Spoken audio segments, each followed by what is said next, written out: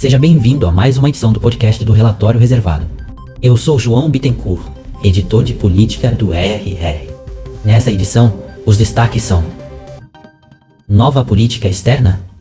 Os movimentos de Lula e Haddad não indicam uma reversão no estilo de política externa petista, o que não ocorrerá, mas evidenciam uma mudança de ênfase que pode ganhar fôlego de olho no cenário interno. Há, de um lado, a nítida impaciência com Nicolás Maduro, que tem um caráter algo pessoal, desde as turbulências com a Guiana, mas escalam um nível com as falas do presidente venezuelano sobre a auditoria das urnas brasileiras. Lula já percebeu que estanca um flanco importante para o seu governo quando assume, internacionalmente, uma posição de defesa da democracia nos moldes de sua narrativa doméstica. Não significa que vai se afastar da Venezuela, caso Maduro vença, mas amplia o seu leque de atuação, em qualquer cenário. Mais importante talvez seja o combo aliança global contra a fome e taxação dos super ricos. Isso porque, concorde-se ou não com o teor das propostas, são caminhos muito mais alinhados com a imagem e tipo de atuação do Brasil na comunidade internacional do que falar em guerra da Ucrânia ou defesa da Palestina. Até por isso, acabam representando bandeiras a serem aproveitadas nos embates e comunicação nacionais, inclusive eleitorais. Não à toa, a antecipação da aliança se deu no dia em que o governo bateu o bumbo, com um relatório da ONU destacando que quase 15 milhões de pessoas deixaram de passar fome no Brasil em 2023. A maior coordenação entre as políticas e imagem externas e internas também está relacionada à decisão de Lula de não ir para as Olimpíadas, mesmo enviando a primeira-dama como sua representante. É o Planalto em ritmo de eleições. O governo patina em licitações.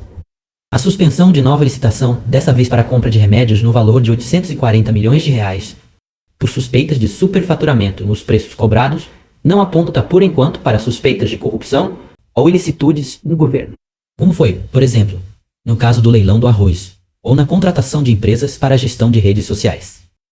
Mas evidenciam em qualquer interpretação as dificuldades que o governo enfrenta para pôr políticas de pé, o que se reflete, de forma mais aguda, em todo o sistema de concessões em infraestrutura, por exemplo, como já destacou o relatório reservado. Inflação no Brasil. PIB nos Estados Unidos. Após turbulências no mercado, de olho na desaceleração da economia chinesa, insegurança sobre o cenário externo como um todo e especulações sobre a próxima reunião do Copom, semana que vem, nessa quinta, os olhos estão voltados para a inflação e arrecadação no Brasil e PIB do segundo trimestre nos Estados Unidos. Por aqui, a expectativa é de aceleração no IPCA 15. Se confirmado, o movimento consolidaria a aposta em aumento para o mês como um todo, em relação a junho, ainda que na faixa de 0,25% a 0,28%, bem abaixo do 0,46% de maio.